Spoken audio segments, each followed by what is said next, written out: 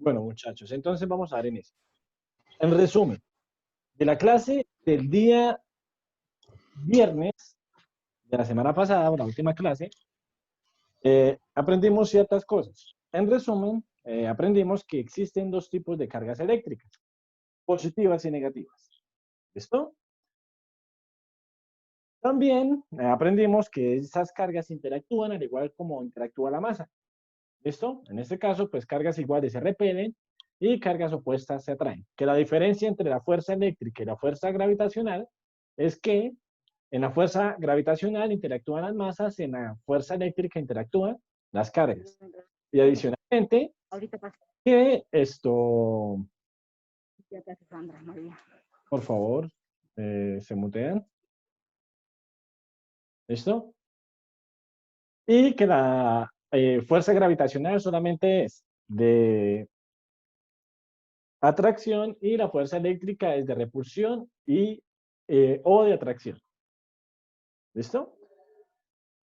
También clasificamos algunos materiales como conductores, aislantes y pues los semiconductores.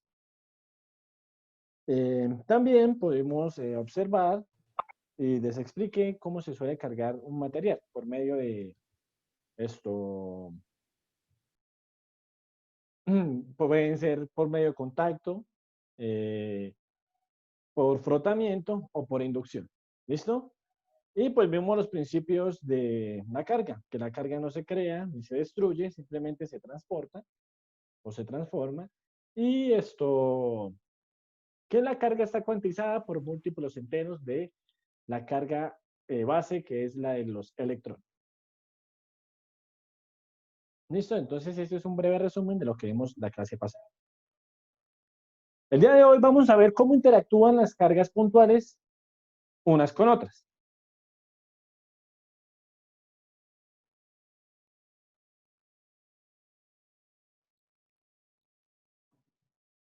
Dichas interacciones pues se dan por medio de la fórmula que es llamada ley de Coulomb. Está dada por esta fórmula, la cual dice que la fuerza eléctrica que experimentan dos cargas es igual a la constante de Coulomb. ¿Listo? Esta es la constante de Coulomb, la cual tiene un valor de 8.98 por 10 a la 9 newton por metro sobre Coulomb. ¿Listo? Y la cual vamos a utilizar con un valor aproximado de 9 por 10 a la 9 newton por metro coulomb al cuadrado. Vamos a aproximar este valor de 8.98 a 9. Muy bien, adicionalmente, esta constante de Coulomb es igual a 1 sobre 4 pi epsilon sub 0. Este 1 sobre 4 pi epsilon sub 0 posee esta constante que se llama la permitividad eléctrica del vacío. ¿Listo? En este caso, pues hablamos del vacío, pero existen otros medios donde las cargas eléctricas pueden entrar en interacción. ¿Listo? El agua, la tierra, etcétera. ¿Listo? Pero en este caso se suele trabajar con la permitividad eléctrica del vacío. La permitividad eléctrica del vacío tiene un valor de 8.85 por 10 a la menos 12 Coulomb al cuadrado sobre Newton por metro cuadrado. ¿Listo? Entonces, de nuevo, la fuerza eléctrica es igual a la constante de Coulomb, que la acabamos de definir, que tiene estos valores y estas relaciones. Y esto también podemos decir que la fuerza de Coulomb es directamente proporcional al producto de las dos cargas que interactúan, Q1 y Q2, e inversamente proporcional al cuadrado de la distancia. ¿Listo? Cuando yo digo que es directamente proporcional, es que si aumenta la carga, aumenta la fuerza. Cuando es inversamente proporcional, es si aumenta la distancia, disminuye la fuerza. O si disminuye la distancia, aumenta la fuerza. Son contrarios. ¿Listo? En algunos libros pueden encontrar la constante de Coulomb representada por la igualdad en términos, que es 1 sobre 4 pi epsilon sub 0. Pero ustedes, si la ven, deben tener en cuenta que esto y esto es la misma cosa. ¿Listo? Y pues es importante recalcar que la fuerza se da en qué unidades, en newton. ¿Listo? Entonces, de esta forma estamos definiendo lo que es fuerza eléctrica por medio de la ley de Coulomb. Muy bien, de nuevo. La fuerza eléctrica es igual a la constante de Coulomb y es directamente proporcional al producto de las dos cargas. Estas dos cargas entran en interacción. ¿Listo? ¿Qué tipo de interacción? Pues una interacción eléctrica, la cual está expresada por medio de esta fórmula. Entonces, donde la carga es Q1, la carga de la primera partícula, y Q2, la carga de la segunda partícula. ¿De acuerdo? Y R la distancia de separación de cada una de ellas. Y pues la igualdad que ya la habíamos dicho. Vamos a hacer un ejemplo bastante sencillo, simplemente para que ustedes tengan como una idea del tema. Dice, calcular la magnitud de la fuerza eléctrica entre dos cargas de un Coulomb, que están a una distancia de 1 metro una de la otra. Entonces, ¿qué nos dan? Nos dan las cargas de las dos partículas. Las dos partículas son iguales y tienen una carga eléctrica de un Coulomb, y me dice que la distancia de separación es de 1 metro. ¿De acuerdo? Entonces, ¿en dónde debemos reemplazar cada una de ellas? Sencillo. Tenemos la fórmula y un Coulomb representa la primera carga y también la segunda. Esa es la carga de Q1 y de Q2. 1 metro es la distancia de separación. ¿Cuánto vale K? Ya lo habíamos dicho. 1 sobre 4pi epsilon sub 0 o 9 por 10 a la 9 newton por metro cuadrado sobre Coulomb cuadrado. Reemplazamos las igualdades. Entonces, acá tendría un Coulomb por un Coulomb, sería un Coulomb al cuadrado. Acá vendría siendo 1 metro al cuadrado, sería 1 metro al cuadrado, porque es 1. Por 9 por 10 a la 9 newtons. Entonces quedaría 1 sobre 1 por la constante de Coulomb. Aquí me quedarían las unidades Coulomb cuadrado y aquí metro cuadrado. Las cuales, ese Coulomb cuadrado se cancela con el Coulomb cuadrado que está dividiendo en la constante de Coulomb. Y el metro cuadrado se cancela con el cuadrado de arriba.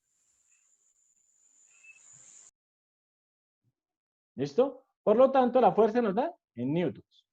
Y pues esta relación, esta fracción me da 1. En pocas palabras, la fuerza que experimentan dos partículas cargadas con un Coulomb y separadas a 1 metro de distancia es de 9 por 10 a la 9 newtons.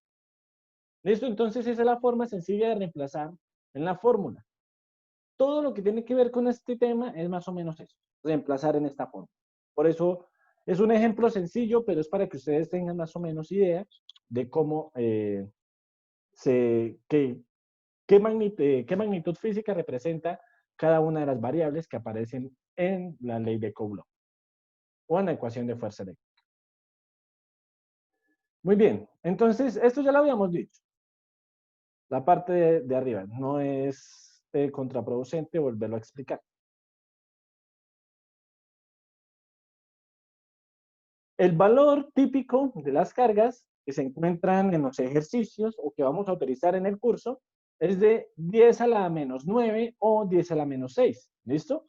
Recordando por medio de la notación científica que un microcoulomb es igual a 1 por 10 a la menos 6 coulombs. ¿Listo? Este prefijo mu o micro, esto hace referencia a 10 a la menos 6. Y la otra es un nanocoulomb. Esta n, listo, de hecho no es una n, debería ser una n con un palito acá alargado, que es eta, hace referencia a 10 a la menos 9. ¿De acuerdo? Entonces, estos son los prefijos bases con los cuales ustedes van a encontrar el valor de las cargas en los ejercicios. Esto de pronto pueden encontrar un mili, y mili es por 10 a la menos 3. Es lo de menos. Muy bien, entonces vamos a hacer un ejemplo. Otro ejemplo. Ya un poquito más práctico, por decirlo así. He estado hablando mucho sobre la relación que existe entre la fuerza gravitacional y la fuerza eléctrica, como también he hablado de sus diferencias. Entonces, en este ejercicio podemos comparar una de la otra. Entonces, el ejercicio pues trata del átomo de hidrógeno. El átomo de hidrógeno pues tiene un electrón y un protón. El electrón y el protón de un átomo de hidrógeno están separados por una distancia promedio de 5.3 por 10 a la menos 11. ¿Listo? Aquí encontré el ejercicio pues con un pequeño error de digitación que lo tiene por 10 a la 11. Si es por 10 a la menos 11. Eso por eso dije error de tipografía. Y me piden hallar las magnitudes de la fuerza eléctrica y de la fuerza gravitacional entre las dos partículas, entre el electrón y el protón. ¿Listo? Entonces, esta tablita que aparece acá abajo, ustedes la debieron haber copiado en la clase pasada, la cual, pues, identifico la partícula, un electrón, su carga y su masa. ¿Listo? Lo mismo con el protón y con el neutrón. Entonces, esto ya ustedes lo deben tener ahí. Muy bien. Entonces, procedemos a realizar el ejercicio. En la parte izquierda, lo que vamos a encontrar es la fuerza eléctrica, vamos allá a la fuerza eléctrica entre el protón y el electrón, que orbita alrededor de el núcleo para el caso del átomo de hidrógeno. Y en el otro caso, vamos a hallar la fuerza gravitacional. Si se dan cuenta que esta ecuación y esta ecuación son muy parecidas. ¿Listo? ¿Qué cambia? Pues que acá encuentro la interacción entre dos cargas. Y acá la interacción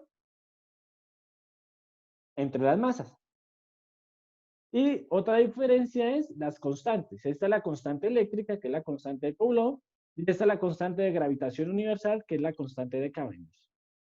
Listo, esta constante de Cavendish tiene un valor de 6.67 por 10 a la menos 11 newton por metro cuadrado sobre kilogramo cuadrado.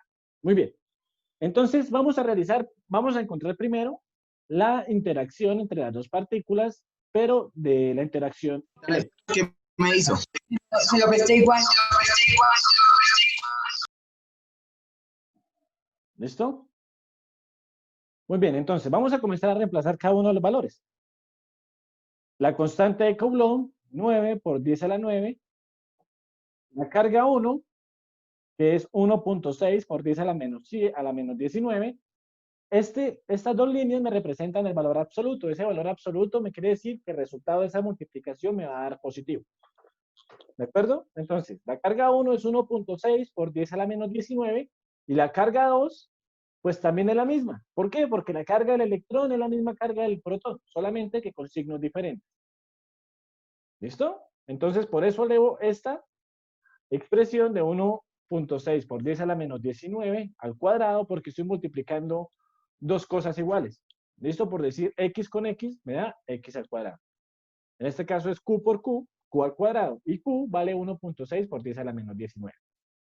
Y la separación de las partículas, en el caso vendría siendo el radio atómico, que es 5.13 por 10 a la menos 11 al cuadrado. Eso entonces este es el radio de separación entre el núcleo y la primera órbita de electrones del átomo. Entonces, si metemos todo esto a la calculadora, me da que la fuerza eléctrica es igual a 8.75 por 10 a la menos 8 newtons. ¿De acuerdo?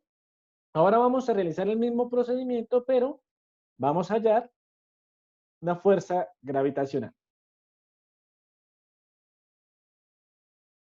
Para el caso de la fuerza gravitacional, reemplazo lo que es la constante de Cavendish, acá, la masa, en este caso está la masa del electrón, 9.1 por 10 a la menos 31, y la masa del protón, 1.6 por 10 a la menos 27. Aquí ya no puedo hacer lo mismo que hice acá. Acá, pues la carga es la misma, pero en relación de masas, el protón y el electrón tienen masas diferentes. Ya lo habíamos dicho en la clase pasada.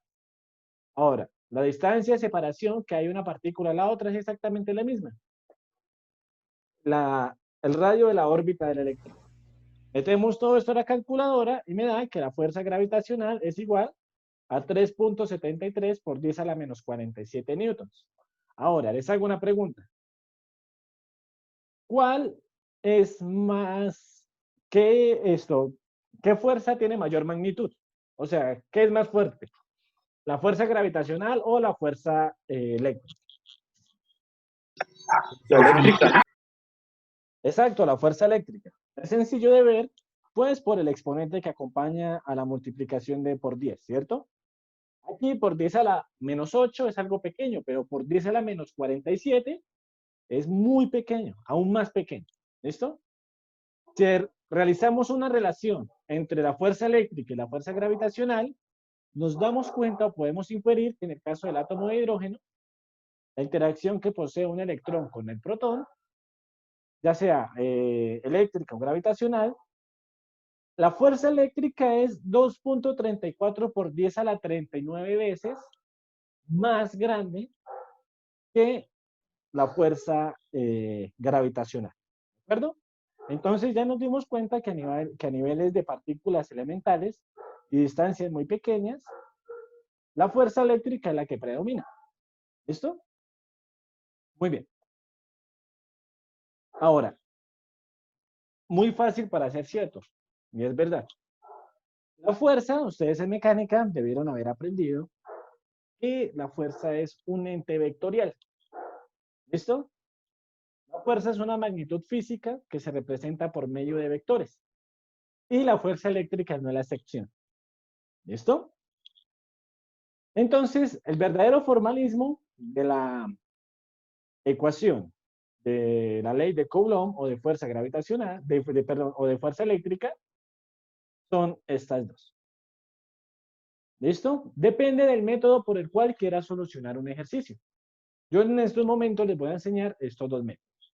El método matemático o el método físico. ¿Listo? ¿Qué los diferencia? En este caso, pues en el método físico, un valor absoluto y la representación del vector unitario. ¿Listo? El vector unitario va a tener una definición diferente dependiendo del método. En el caso del método matemático, el vector unitario me representa, si yo quiero hallar, por ejemplo, la fuerza que siente Q1 debido a Q2, me representa la dirección y el sentido. Recuerden que el vector unitario me representa la dirección y el sentido que debe recorrer Q2 hacia Q1 o que apunta hacia Q1. ¿De acuerdo? Y para el caso del método físico, el vector unitario es el vector fuerza unitario, o sea, hacia dónde me apuntan después de haber obtenido la interacción. En el caso del caso matemático, del método matemático, es simplemente reemplazar en la fórmula. Y en el método físico es analizar primero el problema y después reemplazar. ¿De acuerdo? Entonces vamos a realizar un ejercicio por ambos métodos. Y ustedes, a su disposición, como ustedes quieran, pueden adoptar cualquiera de los dos o los dos. Listo, es importante que tengan en cuenta, de una vez, si quieren lo pueden anotar, que para el caso del método matemático, sí se tiene en cuenta la polaridad de la carga. Si la carga es negativa, se pone negativa. Si es positiva, se pone positiva. ¿Listo? Repito, en el caso del método matemático y solamente en el método matemático, si la carga es negativa, se pone negativa y si es positiva, se pone positiva. ¿Listo? Y en el caso del método físico, ya hablando del método físico, tenemos el mismo valor absoluto que les había mostrado anteriormente. Entonces, aquí, si ustedes no quieren colocar el valor absoluto, pues simplemente tienen en cuenta que la ecuación solamente quiere la magnitud de la carga. O sea, las cargas, ya sean positivas o negativas, siempre se van a colocar positivas, en el caso del método físico. ¿Listo? Entonces no tienen que pelear con los signos en el caso del método físico.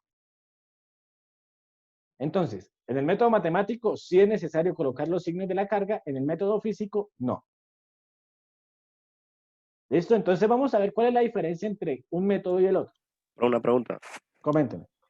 En ese caso, pero no alteraría método matemático no altera el resultado o el signo al final. Bueno, eso va porque en el primer caso, en el matemático, tenemos en cuenta ese vector unitario que me une las dos partículas. ¿Listo? Y pues el signo de la carga, pues ya me va a dar la interacción. Ahora, en el caso del método físico, lo que me va a decir el vector unitario es hacia dónde se dirige la fuerza debido a la interacción de las dos partículas. O sea, en pocas palabras, ya tengo en cuenta si las partículas son positivas o negativas. Ya cuando analizo la interacción, si es de repulsión en caso de ser partículas con la misma polaridad, o de atracción si son de polaridades contrarias. ¿Listo? Entonces aquí ya estoy analizando si las partículas son negativas o positivas y hacia dónde se va a dirigir la fuerza. Y en este caso todavía no lo voy a inferir, simplemente voy a reemplazar y lo que me dé. ¿De acuerdo? En este caso, pues estamos analizando el problema, que debería ser el punto central del curso. Eso, pero entonces también les doy la facilidad de aprenderlo por el método matemático. ¿De acuerdo? Perfecto, bro. Listo, muy bien. Continuamos. Entonces, si nosotros queremos analizar la fuerza eléctrica de forma vectorial, ¿qué podemos decir? Listo. En la primera interacción, tenemos una partícula 1 y 2. Son dos partículas positivas, ¿cierto? Dichas partículas van a tener o van a sentir una interacción una a la otra de repulsión, porque poseen la misma polaridad. Todos están de acuerdo, ¿cierto? Muy bien. Entonces, la partícula Q1 va a ejercer una fuerza sobre la partícula 2 que la va a expulsar, la va a intentar alejar de ella. Y la partícula Q2 también va a ejercer una fuerza sobre la partícula 1 que va a separar a la partícula 1, la va a intentar alejar. Ahora, si yo quiero calcular la fuerza que ejerce la fuerza Q1 sobre la fuerza Q2, obtengo esta expresión. Ahora, si yo quiero calcular la fuerza que ejerce la carga Q2 sobre sobre la carga Q1, ¿qué esperarían? Les estoy preguntando ahora sí. ¿Cómo es el cuento, bro? No entendí. Listo, mire, si yo tengo la interacción entre estas dos cargas, quiero hallar la fuerza que siente la carga 2 debido a la carga 1. Pues la fuerza va hacia allá y está definido por esta ecuación. ¿Listo? Ahora, si yo lo quiero hacer al revés, ¿qué fuerza siente esta carga debido a esto? ¿Qué esperaría? Que la fuerza se mantuviera igual, pero en sentido contrario. Exacto, muy bien. Muy bien, Edison. Entonces, el punto es que la fuerza va a ser la misma. ¿Por qué? Porque la distancia entre las dos partículas es la misma. ¿De acuerdo? La polaridad de las cargas, pues la magnitud de las cargas, perdón, pues va a ser la misma, no va a variar en una ecuación o en la otra. ¿Qué está cambiando? Pues que en este caso pues se dirige hacia arriba y en este caso se dirige en sentido totalmente contrario. ¿De acuerdo? Entonces, en pocas palabras, yo podría decir que la fuerza que siente la carga 2 es igual a menos la fuerza que experimenta la carga 1. ¿Por qué ese menos? Porque ese menos me corrige la dirección contraria de la fuerza. ¿Listo? Ahora, ¿qué pasa si la fuerza no es de repulsión, sino de atracción? Pues va a suceder exactamente lo mismo. Si se dan cuenta, yo quiero encontrar la interacción que siente, la interacción entre la carga Q1 y Q2. Como las polaridades son opuestas, se van a atraer. Si yo quiero hallar la fuerza que ejerce la carga Q1 sobre la carga Q2 es de atracción y se va a dirigir hacia allá, hacia la partícula positiva. Y en el caso que yo quiera calcular la fuerza que experimenta la carga Q1 debido a la carga Q2, pues también va a ser de atracción, ¿cierto? Y se va a dirigir hacia la carga Q2. Lo mismo, la distancia entre las dos cargas no va a cambiar. La magnitud de las cargas tampoco va a cambiar. ¿Qué va a cambiar? Pues la dirección de las fuerzas. ¿Listo? Lo que va a cambiar es la dirección de las fuerzas. Simplemente una se va a dirigir en este caso hacia abajo y en este caso esta se va a dirigir hacia arriba. Son direcciones completamente contrarias. Entonces, este principio se cumple tanto si las partículas son positivas o son negativas. Perdón, si son positivas o si las dos cargas son iguales, tienen la misma polaridad o polaridad diferente, si la fuerza es de atracción o de repulsión. Muy bien, entonces, esto es la definición que les acabo de explicar. La interacción que va a tener la fuerza de la partícula 2 debido a la partícula 1 es igual a menos la interacción que va a tener la partícula 1 debido a la partícula 2. Entonces, si en un ejercicio les pido calculen la fuerza sobre la partícula 2 debido a la partícula 1, pues ustedes la hallan por medio de la fórmula.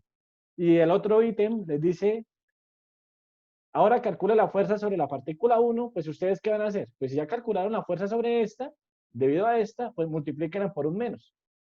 Ese menos lo que hace es que les va a decir que la fuerza se dirige en sentido contrario. ¿Listo? Este menos que aparece acá. Muy bien. Antes de pasar por un ejercicio, tenemos que hablar sobre la superposición, el principio de superposición de fuerzas. El principio de superposición de fuerzas, pues, es tener por separado en cuenta cada una de las interacciones. ¿Listo? Entonces, si yo quiero, acá, si yo quiero calcular la fuerza sobre la partícula 1, supongamos que las partículas azules son positivas y las partículas rojas son partículas negativas. ¿Listo?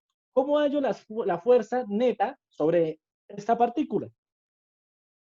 ¿Listo? Debido a la interacción, ya no es solamente de una, sino de otras 3 partículas y pueden existir otras más. ¿Listo? Entonces, es hallarlas una a una. Y a lo último, se van a sumar.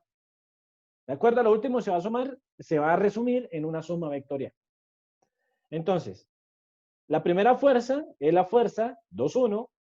Esto que es la fuerza que ejerce la partícula 2 sobre la partícula 1, la cual es de atracción. ¿Listo? Entonces, esta partícula va a sentir una fuerza que la va a traer a la partícula 2. Ahora, la fuerza 3,1, que es la fuerza que experimenta la partícula 1 debido a la partícula 3. Son polaridades iguales, por lo tanto, se van a repeler. Y en el caso de la partícula 4, de la interacción que hay entre la partícula 4 y 1, es de atracción. ¿Listo? Por lo tanto, se van a ver atraídas. Esto ustedes lo pueden tomar como, dando un ejemplo, que ustedes estén en el centro de una multitud. Y la multitud esté muy enojada con ustedes y ciertas personas los estén jalando y otras los estén empujando. Usted se va a ir hacia el lado que más fuerza lo esté jalando o empujando. ¿Listo? Lo mismo sucede con las cargas. ¿Listo? Si la interacción con 4 es muy pequeña comparada con, como por ejemplo, la interacción con Q3, pues la partícula se va a ir más hacia allá. Pero también estamos teniendo en cuenta que Q4 está participando en la actividad de esa partícula. Por lo tanto, este es el principio de superposición. Es hallar las interacciones de cada uno de ellos. ¿Listo? En este caso, de la partícula 1 con la partícula 4, que es esta, por separado, nos olvidamos de estas dos. Ahora, de la partícula 1 con la partícula 2, nos olvidamos de estas dos.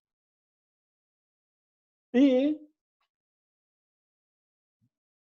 de la partícula Q1 con la partícula Q3. ¿Listo? Y la sumamos. Entonces, nos olvidamos también de estas dos en el caso de Q3 y Q1. Entonces, es simplemente aislar el problema en algo sencillo y después lo voy sumando poco a poco. Y de esa forma hallo la fuerza neta sobre cada una, sobre la partícula Q1 en este caso. ¿Listo? Entonces, ¿desean hacer alguna pregunta? Ya voy a parar de grabar.